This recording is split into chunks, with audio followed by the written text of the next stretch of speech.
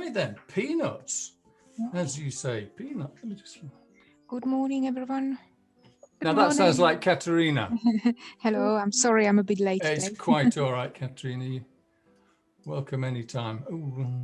As usual, if you want to say anything, ask anything, or generally stick your oar in, just to mute yourselves and chirp up. So there we are, all muted. Okay, yes, a peanut.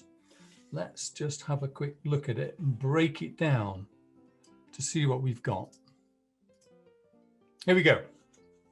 So, peanut, two peanuts, a peanut and a peanut broken in half. Now, what I thought was nice about this is the overlap involved here.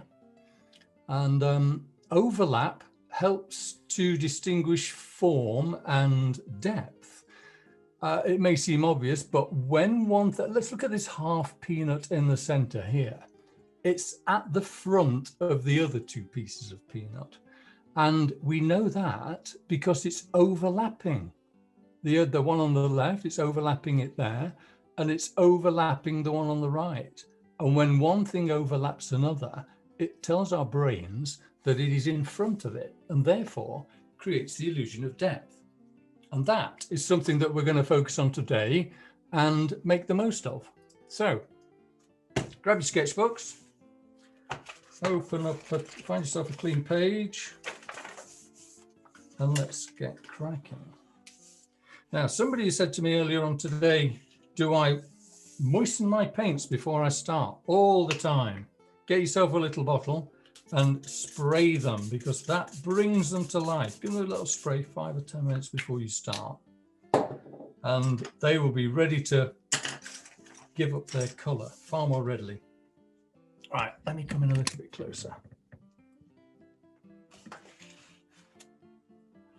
Okay, so I'm just going to grab a pencil, ordinary common or garden pencil. This is a HB. That's a bit pale, bit 3B. That's better. Leave the HB behind. Let's go on to the 3B. Okay, so if we take a look at what we've got here, as usual, the best way is to start. This is a sketch. It's not a finished drawing. It's an investigation of what it is that we're looking at here. So I said we've got 3 shapes, 3 ambiguous, random, organic shapes, not a straight line in sight, which is good. So we've got a little shape like that. We've got a little shape like that. And we've got a bigger shape like that. So I haven't done a warm-up today, which is a little bit naughty. It's always a good idea before you start drawing is just do a few exercises on a piece of scrap paper, just to loosen up, and you'll find that things flow much more easily. So I'm just feeling my way around here and putting in the basic shapes, and they're basically spheres and circles. As you can see, circle, circle, sphere, sphere. 2 spheres stuck together to make a peanut shape, would you believe? So once I've got that down, let's start having a little bit of a closer look. Because this guy's at the front, he's always a good place to start, because you can get your more defined lines in, and all the other lines are going to fall behind him. So let's start to feel our way around this shape of this peanut. It's a really nice line, so we can go nice and slowly. Doesn't matter if we wobble. In fact, it positively improves the quality of the line if we wobble. So look, I'm just tracing that around. My eye's going around here. I'm looking more at this than I am at this, and my eye is just taking the pencil around, picking out little blips and blops and nooks and crannies, nice and easy. Down the bottom. Really nice line to draw, because if you're feeling a bit jittery or if you're a bit wobbly, you can't really go wrong. Now, look at the peanut in there. Can you see it's just protruding out of the end there? That peanut itself is actually overlapping the shell. So again, that's something that we want to pick out and flag up. Overlap, really important in creating the illusion of 3 dimensions. So can you see there? I've allowed that peanut to stick out of its shell. An overlap, creating the illusion of space and depth. Carrying on round. And also what's worth noticing is this shell of this peanut has width. You know, it's not just a thin shell with no depth. It's got width. You know, it's substantial. It's at a substantial thickness. So we're gonna flag that up as well. When I say flag it up, we're going to notice it and we're going to try and record it. Can you see? That's the width I'm talking about. That shell has a thickness. That's the word I'm looking for, isn't it? Thickness.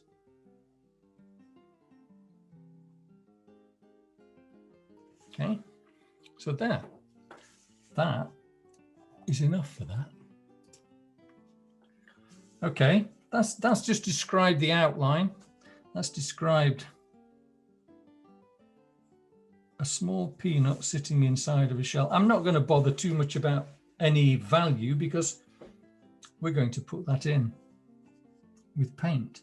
But if I were to just suggest it, the light is soft and diffuse, but I think it's an overhead light. It's slightly darker underneath than it is on top. Little bit of shadow and shade under there, slightly lighter on there, but it's a very soft and diffuse light. So we're relying on overlap more than we are light and shades to describe the form. So let's look at this guy down here. And as I said, it's behind this guy and we need to make that apparent. So again, it's just a random, it doesn't matter if you get the shape slightly wrong. Very forgiving, peanuts are. Bring him around like so.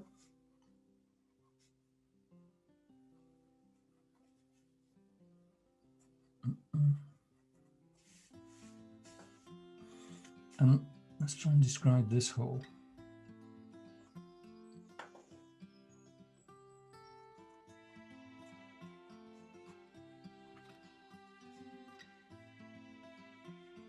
Again, you can see the thickness of the shell, and you can also see the peanut inside sitting right down in the base of this hole. So we're going to get that in as well. It's just make an indication that there is a thickness. And there's lots of little frilly bits of shell and flakes of nut and organic stuff that's nice to try and recreate with your pencil. And then this shell is way down at the back here. It's just sitting in the base inside of there. Very, very shadowed in there. And in here too, very dark. If I were just to give myself a little bit of an indication of just how dark things are in there, I can quickly do it with my pencil. Now you can see a little bit of shade tells you where the really dark stuff is. But we've indicated the thickness of this shell, and that, look how suddenly that recedes into the darkness as soon as we put a bit of shade and shadow in there. But we're going to do that with paint later on. So there, and now can you see that this one is in front of this one because it's overlapping? We're going to do the same with this as well.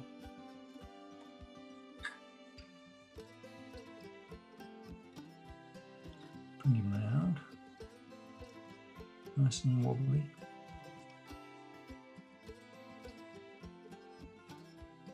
It's a little bit of indication of form there. You see how that front bit overlaps that back bit there. That's really interesting and important visual details to communicate. Because look, as soon as I draw that, that bit is in front of that bit. It's a very powerful tool, overlap. Make sure you use it at every opportunity. And this stem that comes out overlaps that edge there. So again, just gives you visual clues as to what you're looking at, which is the name of the game really, because you know at the end of the day, it's all about creating the illusion of three-dimensional space on a two-dimensional piece of paper. Okay, and that's pretty much it. Of course, we've got these lovely kind of box square shapes all the way down here, which I'm going to paint, but it's quite nice just to suggest as well. Just to suggest a little bit of texture with a pencil, not leaving it all up to the paint.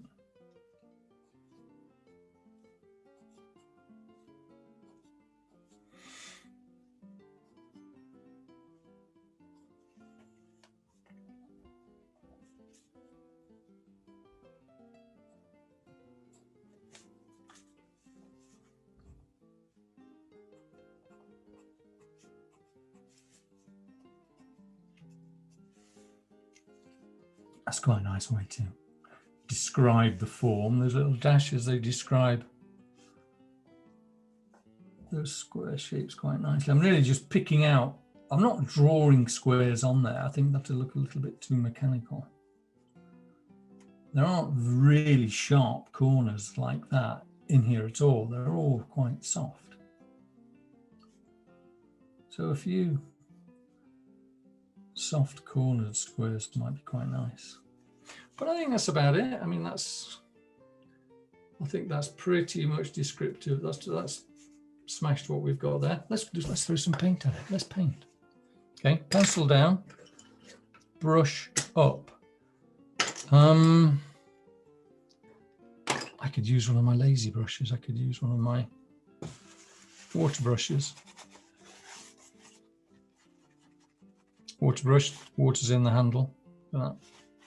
So all I really need to do, it's messy palette. It's a little bit remiss of me, don't want any red.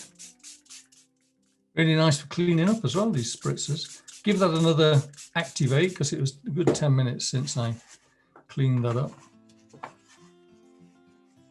Let's just make space in here.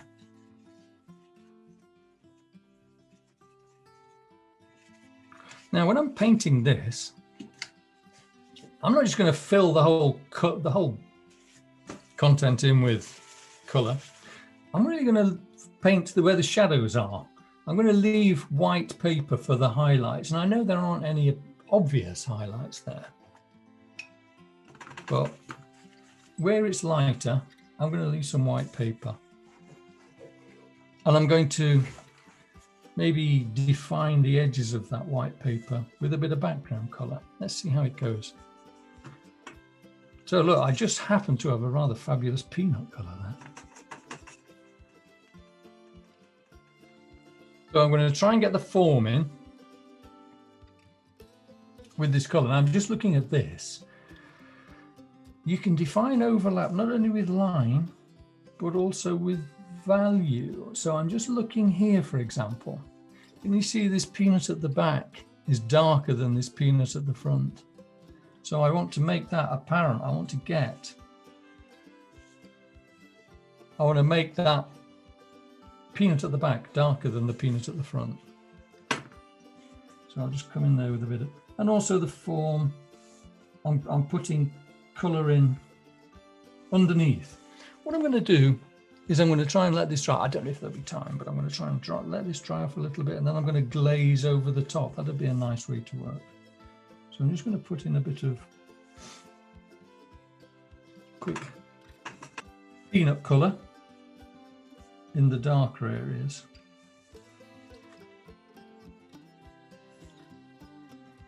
And I'm going to start to just fill in some of these holes like this.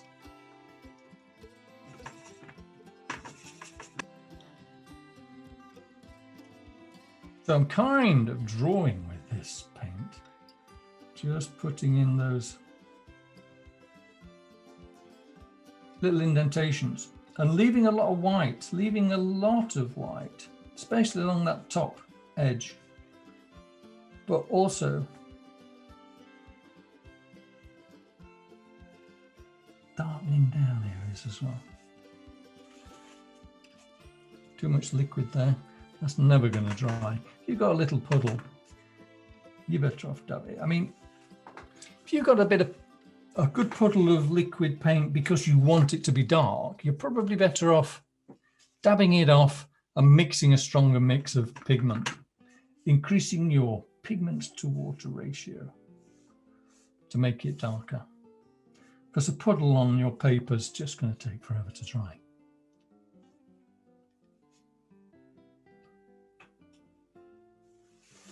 Okay, now that's kind of suggesting, I'm trying to let this one dry because I want to show you what you can do if you just glaze on top. This is to glaze on top is a really nice way of building up the value. See, that color on top of that color gives it depth, gives it form, and it's lovely.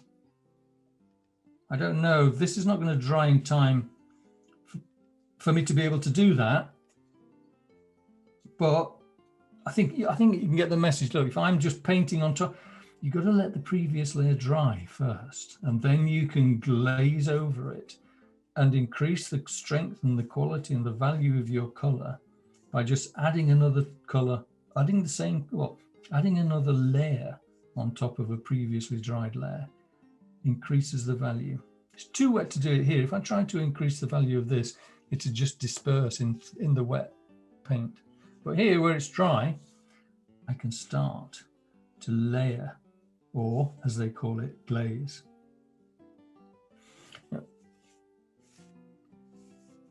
Just putting in that. I'm just developing the texture of this peanut here. See there, look, I'm just dropping the colour in there, but it's too wet. It's dispersing. That's okay. Let's have a look at these nuts. It's a really nice kind of, look, I'm very lucky with my colours today. That's almost a perfect peanut colour. Let's get those in as well. So again, I'm not going to fill this in with one flat burgundy. I'm going to try and give this form as well. You know, it disappears into the background there and it's darker. And as it emerges from the nut, it lightens up. So I'm putting down that preliminary wash to start off with. But then I'm going to lift some off. See, it's kind of lighter out there. And I want to darken down the background. Yes, I did put a whole wash down to start off with, but I can now darken this by adding just a bit of its complementary color, maybe a touch of green or something like that.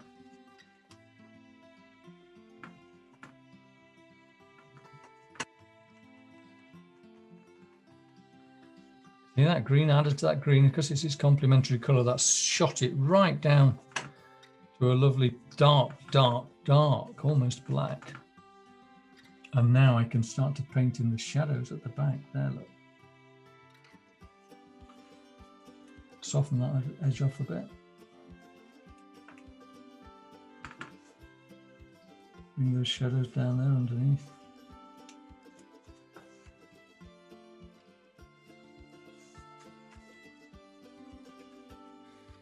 Let's have a crack at this other nut as well. So, like I say, I went in with my bit of burgundy. Bit of stuff there. Here's me saying, well, I'm not painting these all the flat colour. I'm not. I am to start off with, but then I'll put it down. I'm wiping off my brush, and then I'm just lifting away a bit of paint there for a highlight. That's a nice colour, actually. It's actually nicer than this one. I might put a bit of that down there.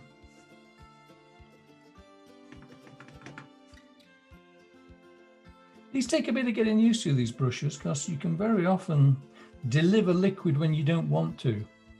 You're very often better off painting with an ordinary brush. You've got more control with an ordinary brush. These are just great for convenience and for speed. But like I say, they can get a bit of use, take a bit of getting used to. So there you go, they're sitting in there rather nicely now. Let's just take a bit of this excess moisture off.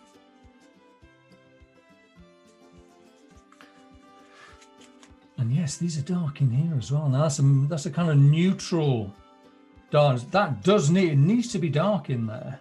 I could pencil it in, but I don't know. Let's try and let's see. I'll tell you what we will do. Let's put it. Let's ground these on a surface. Let's put this shadow in. See this shadow that's being cast by these. I've got into a little bit of a. I'm in a blue shadow period. I rather like making my shadows blue at the moment. Those are my regulars. When we did that little garden scene, I thought that those shadows were really nice under the plant pots. However, that was because they work, because blue shadows work outside because they're reflecting the blue sky. These aren't necessarily outside, but maybe our brains will, we can trick our brains into thinking that these are outside by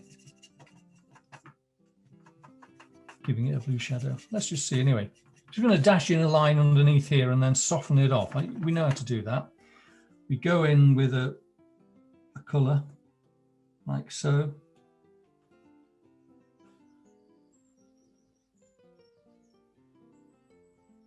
And then we dab off our brush.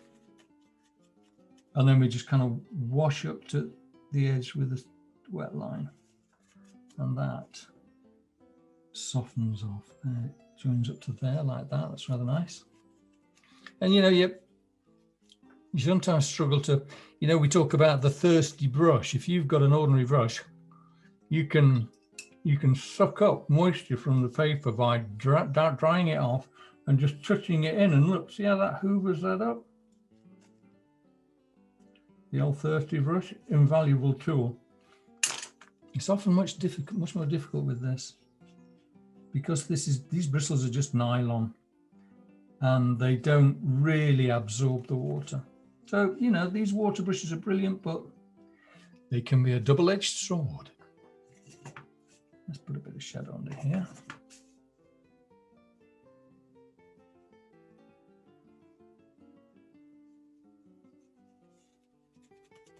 Soften the edge a bit.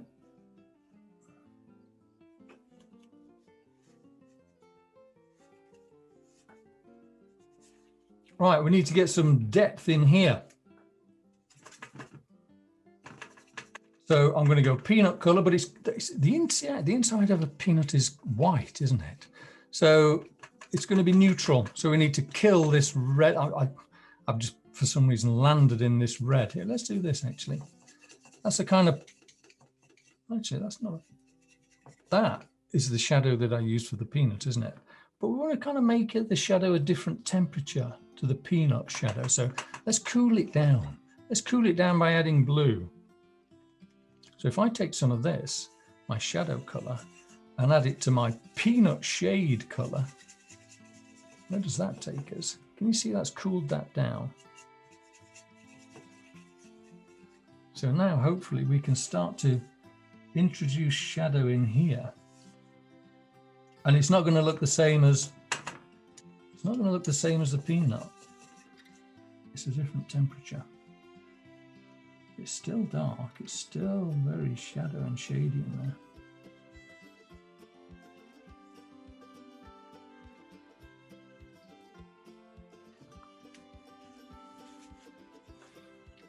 Tissue, just a little bit of a dab, gives it and makes it organic, you know, gives it a texture.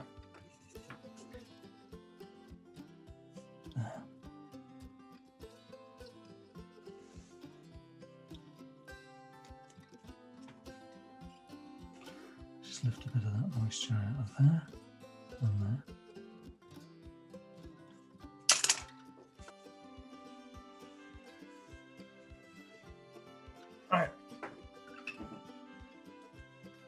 This is now dried off, so I can go in and I can glaze. Let me show you what I meant by glazing. I'm just going to go back in with my peanut color. And I can start to add more depth to it. Can you see how that just makes things more three-dimensional?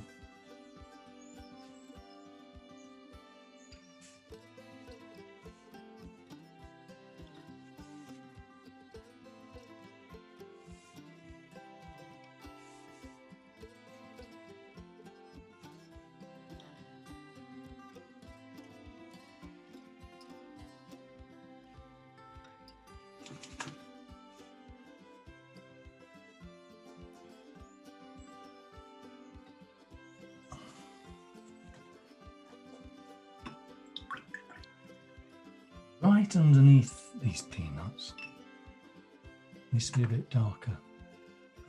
So slightly darker blue. Add a little bit of something different.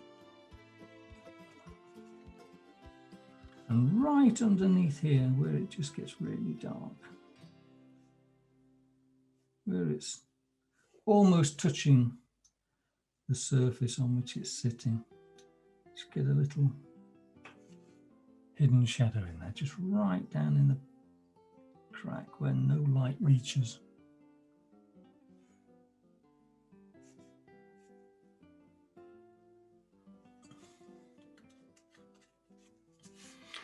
And also, you know, saying,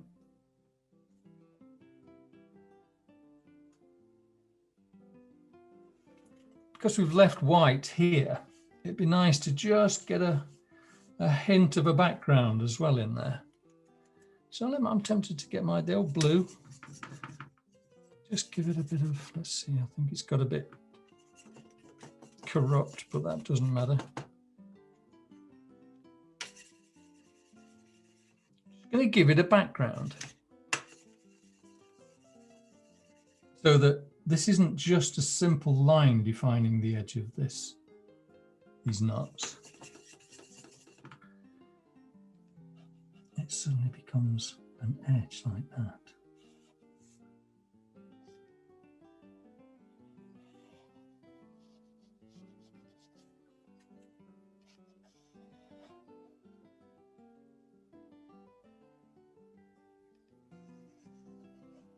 Doesn't have to be a strong colour, just has to be a hint of tone. And then I'm cleaning my brush off and washing it, and I'm just softening that edge with clean water so that edge should disappear. Just defines that top edge, if you know what I mean.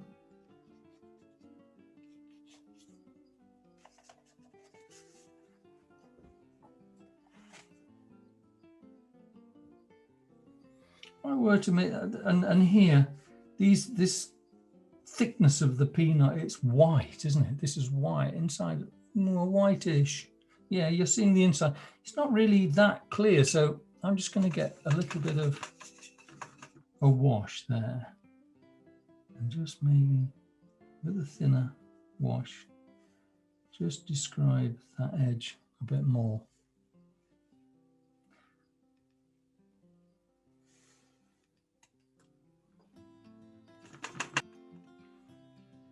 You know what? I'm going to cut. That's a nice little 20-minute study. If I wanted to fiddle, I can grab a pencil, preferably one with a sharp point. As I was telling someone earlier, these are water-soluble pencils. You can actually dip them in your water and draw with them, and it liquefies the graphite and makes it blacker. So if I wanted to pick out some little black areas, like maybe just under the nut here, or this bottom edge of the shell where it meets the surface, these are nice. This is a nice tool to use.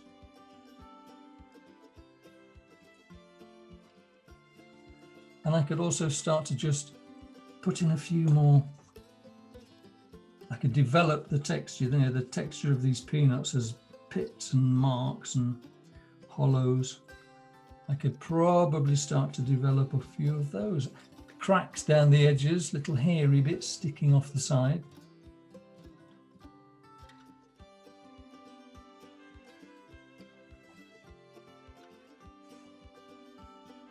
disappears into total. This is these kind of darkest places in the whole of the picture are in here. There's no light getting in here at all. So that's a nice black edge down there.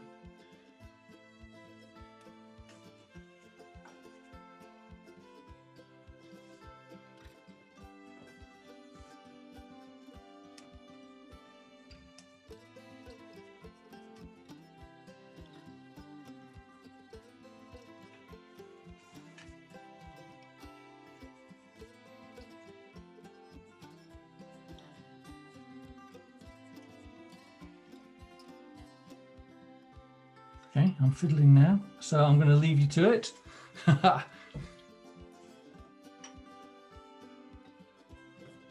stop once you start, can you? There. But I am going to stop. One little. If I would, let's see, just sitting back and looking at this. If I were to do one more thing, I'd just take that value down a little bit more, just to make this knot stand out in front of this knot.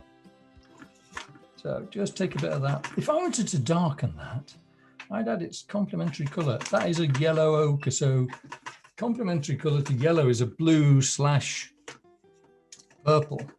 So just a bit of that. I don't want to put too much blue in. Look, I've gone and put blue in that, and you know what's happened? It's turned green. I should have known that. But I can neutralize the green by adding red. See there? And that's taken us back to a nice kind of, I was going to say, dark peanut color.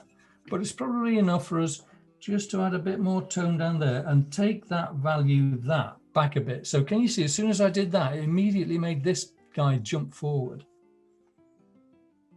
Just little touches like that. Help finish it off. That color is actually rather nice to add some form. You see, it's making the shadow areas roll around nicely. Anyway, I am fiddling now. I'm going to leave you to it. Hang on. There. Right, I hope you enjoyed that. A nice little investigation of a peanut, or 3 or 2, 2.5, oh, 2. So yeah, thank you for being here, and I should look forward to seeing you all again next week. Thank you very much. Martin. All right, everybody. Thank you, Martin. Stay Bye, safe, everybody. all. See you soon. Bye. Martin, will you keep an eye out for me tomorrow? I might be a bit late. I will, Sue. Of course I will. See you there. Thank you. Yeah. Okay, bye-bye, everybody. Bye. Bye.